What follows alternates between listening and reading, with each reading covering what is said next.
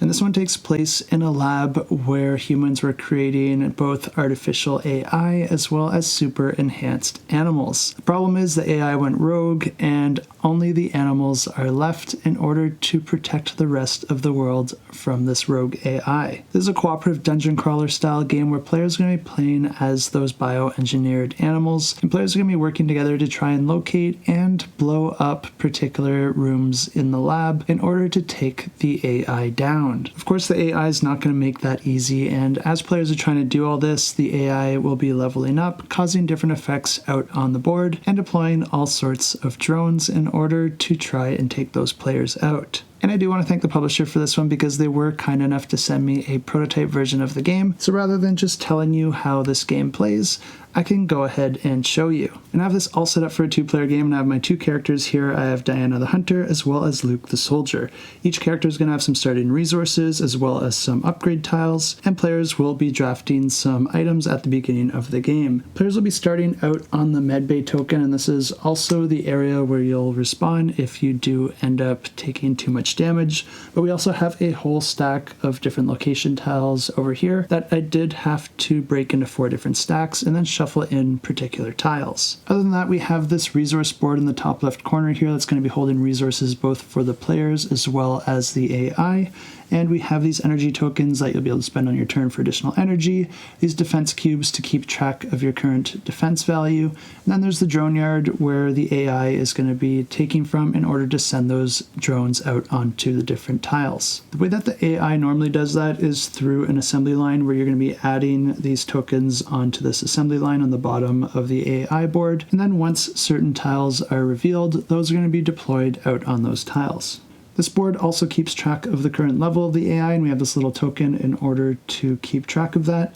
And every time that we reveal an AI brain room, this token is going to move up and then trigger whatever effect is in that level. And then if the token ever gets to the end here, then it has become fully upgraded and the players collectively lose the game. Over here we have our 3 different types of cards. We have our monster deck where you're going to be revealing different monsters that you'll be able to fight anytime that you reveal a room that has that icon. And then over here we have our item cards, which like I said, you do draft at the beginning of the game, but you can also find more throughout the game as well. And then we have these mystery event cards which can cause some different effects, and they can be good or bad or potentially even do nothing at all. And I'll just take us over here to one of the character cards where you'll be keeping track of their current level on the left here, as well as any implant cards that you install to further upgrade your character. Then there's also slots for item cards that you can put in the bottom here, but in order to put a item card there, it does have to match that icon. And then on the right here, this is just a track so that you can easily keep track of your current strength, which is going to be your base strength plus any strength from your various items. At the start of the game, you can go ahead and equip any of those cards that you drafted, and I do have a few here that I can't equip. I'll just move that out of the way for a second. I have the shotgun, which gives me an additional 3 strength, and I have the pellet gun, which gives me an additional 1 strength, and then I do have an implant card which I can throw over here. And you are allowed to add your implant cards at the start of the game, but after this point moving forward, you do need to find a specific room in the lab in order to install those. This is a really nice implant because anytime that I reveal one of these mystery cards, it actually allows me to draw 2 of them and then pick the one that I want to resolve. And like I said, those can be good or bad, so having that extra little bit of option there does allow me to mitigate that draw. But now let's go ahead and set this to the appropriate strength. So we have 4 here plus the 3, so that's going to give us 7. And I've just went ahead and done the exact same thing with Luke here, but you might notice with his item cards, he also has a couple defense values. And whenever you have defense values at the start of the game, you can actually choose whether you want to take the attack power or if you want to permanently add that amount of defense cubes to that character. Just to make things interesting, I'm going to choose to take the defense approach, so that means that his attack power is going to remain at a 3 here, but then we get to go ahead and grab those additional defense cubes and add them permanently to his board. But after players have set up their boards, you're just going to be jumping straight into the game and taking turns performing 2 actions. You can perform basic actions that any character can perform, but then there are also bonus or advanced actions that players can gain through different upgrades or through different items that they might acquire throughout the game. Another neat thing about this game is that there is also the possibility of crafting, and you'll be trading in different cards and items in order to craft other items, and this is a free action to do as long as it's your turn and as long as you have the items that you need to perform that crafting action. Each action may also have an additional requirement as to when you can perform it, and that is also stated on this board here. But you might have also noticed that some of these crafting actions actually require a monster card. And this is really neat because the monster cards do become a resource when you do defeat that monster. Not only for this crafting, but also in order to level up your character, because each of these levels is going to have a cost in monster cards that you're going to have to discard in order to unlock that next level and gain these really nice extra upgrades. The main basic actions that players are going to be performing is the movement and explore action, and these are very similar to each other. They just work a little bit differently. You can just spend an action point to move into an already adjacent room, but in the case where there is no room in the space that you want to move into, you're going to be drawing a new tile from the stack and then putting it next to the location where you intend to move to, connecting it so that the hallways connect to where you're currently located, and then you have to immediately move into that room no matter what you see on that tile. And in this case, I'm not particularly upset about that because this tile allows me to draw 2 item cards into my hand. So I'll just go ahead and do that, and that is one of my 2 actions. Anytime that you resolve the effect of these different icons that you'll be finding, you're just going to be throwing a clear token on this to indicate that that has already been done. And if another player moves into this, there isn't going to be any effect. But now I'll just continue with another explore action and add this tile onto the board. And this one doesn't have a whole lot going on in it, except for the fact that it does have some dynamite located in the corners of the room. And what that means is that when you do blow up a room in this game, if it is also connected to any of these tiles that also have explosives in them, then this is going to have a cascading effect and blow up any connected rooms that have those icons. This is also something that can be good or bad depending on how you've prepared for it, because this is going to be destroying any drones that are in those rooms, but it's also going to be killing any players. And that's the end of my turn, and then we move into the next player's turn. So Diana's going to get 2 actions, and she's going to perform an explore action by revealing the tile upward. And she didn't get quite as lucky as me because she's going to have to fight 2 monsters, but like I said, when you reveal a tile, you do have to move into it, so she doesn't have a choice. And that's going to cause her to draw 2 monster cards. And combat in this game happens immediately when you reveal those cards. But the first thing that you're going to do is check the initiative value of your initiative and the 2 monsters, and higher initiative is better. So this is nice that I do go first. But also at the start of battle, if your initiative value is higher than the monster's initiative, you do also have the option to retreat. And I could just go ahead and do that, going back to the location that I came from. But when you do that, you do not add a clear token there because you have not yet cleared that room. In this particular case, I would definitely be taking that action because I don't think there's any way that I can currently defeat these 2 monsters when they have such high attack and defense values. But just for the sake of showing you what combat actually looks like in this game, let's go ahead and reveal a different combat card. This guy still does have a lower initiative than me, so I could choose to withdraw if I wanted, and he does have quite a high attack value if he does manage to hit me. But because I do go first and he has a defensive 5, and my current combat power is at a 7, I can defeat this guy in a single hit. The only catch here is that when the combat is resolved, he does cause me to discard a blade card, but since I don't have any of those, that's not going to have any effect on me.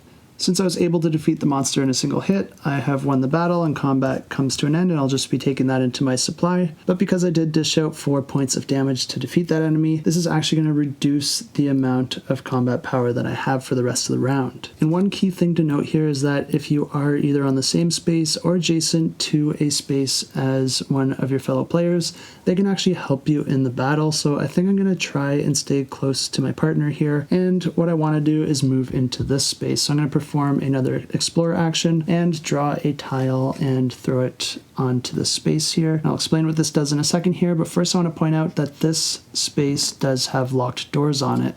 So normally I can't move through those doors, but because I have this special action card, that's going to allow me to do so. So I'll spend that in order to move through that locked door, which is going to be bringing me to this space. And before I forget, since I defeated the enemy there, this would go ahead and get a clear token. But Diana is just having no luck here because whenever you reveal this room, your turn is going to end immediately. And then also you're going to be leveling up the AI by pushing this token upward, which is going to also cause a few other things to happen, which does include removing all of the clear tokens that are currently out on the board. So that means that this is available again to be claimed, and also these monsters have returned. This is also going to cause any of the drones currently in the assembly line to be placed out on the board, and these can only be placed in these squares that have the yellow border. So this is my only option, so they're both going to go there. And this might look a little scary for Diana, but lucky for her, these drones can't deal any damage yet, but that is a possibility a bit later once the AI does level up enough. And I should also mention that this is just one of the ways that these drones can make their way onto the board, and another way is if the assembly line is completely full. But now that all the players have had a turn, we're going to be moving into the AI's turn, and the way that this works is that you're just going to be activating each of the AI upgrades from bottom to top until you get to the row that has the upgrade token. So since the AI is just upgraded, we're going to be activating these two bottom rows. The first one wants us to add another drone token into the assembly line. And then this next upgrade is going to cause two of these drones to move up to 3 spaces to try and reach the outer edge of the board. And if they're able to do that, they're going to be revealing another tile into that space. Since these are both on the edge already, we can just go ahead and reveal the first tile, which will go up here. Now we're going to activate the next one, and we always move towards the closest edge, which means that this next drone is going to be moving in this opposite direction. And the drone revealed a green bordered tile, which is actually good for us because there are 4 of these in the game, and we have to destroy 3 of them in order to defeat the AI. But the drone's going to go ahead and move into there. And another thing to note about these green bordered rooms is that each of them also does have a special ability when it isn't completely blown up. And that's the end of the AI's turn, and we're just going to be going back into the players' turns, and just like at the start of the game, they're going to be able to add their combat power back onto their gauge here, so we can go ahead and reset that. And I think we'll go ahead and give Luke some attack power this round as well. But once again, we're just going to be taking turns performing 2 actions, and for Luke, I'm actually going to move into this room to get those 2 items, and then I'm going to move upward to be in the same room as my partner here. And that's the end of my turn, and now we move into Diana's. But the reason that I wanted to get into the same room as her is because at the start of Diana's turn, she can freely trade any cards with me. And the reason that she wants to do that is because she will be able to craft a short fuse bomb if she's able to get 4 of each of these different item cards. Lucky for her, she already has 2 of those, and I had 2. In order to craft that, she does have to be in this room here, so she's going to use 1 action point in order to move into that room with those cards, which she's then going to discard in order to craft this bomb. If you're crafting a normal bomb, it would be getting 3 defense tokens from your own supply in order to indicate its fuse, with 1 being removed at the start of each player's turn until the last one's removed and it explodes. But since we did a short fuse bomb, it's only going to be getting 1 of those added. And you probably wouldn't want to be doing this early in the game because it is costly to give up all those cards when we could just craft a normal bomb. But I did want to show you what happens when a bomb blows up. And for the final action here, Diana's just going to be moving out of that room back into safety. But now it's the AI's turn again, so they're just going to be going through those same motions as before, adding a drone token to the assembly line, and then also causing 2 of the drones out on the board to move 3 spaces towards the nearest edge in order to reveal a tile. And drones are able to move through locked doors, so this drone I'm going to have move upwards and reveal the tile there.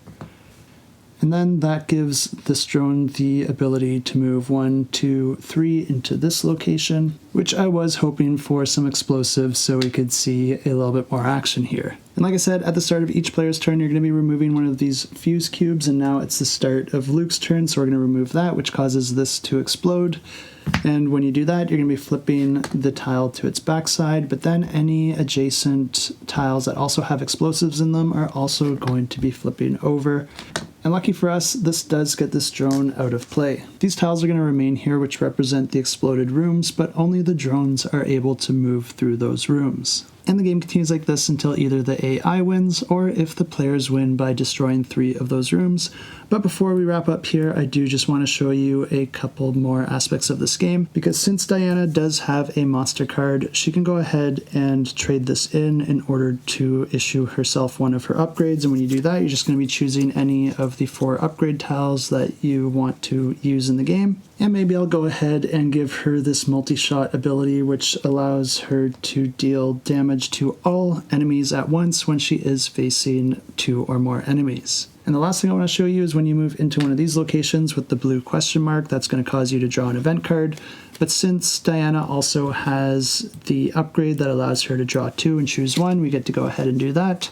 And this event card does nothing, whereas this one allows her to take a discarded implant and equip it immediately. That's a really nice card, but unfortunately for us, we don't have any discarded implants at this time. There's also other tiles that have turrets on them, and they're going to be dealing you instant damage as soon as you move into them. And there is also a special helipad tile, and once you discover that tile, this gives you another way to destroy those different rooms, because the cards you collect can also have a helicopter icon, and if you want to discard 4 of those, you can actually call in an airstrike and just instantly destroy a room. So those are really powerful to try and collect. But I hope that gives you a good idea of how the game plays. I think this is a really fun one, and it offers a very different experience from most other dungeon crawler type games that I've played.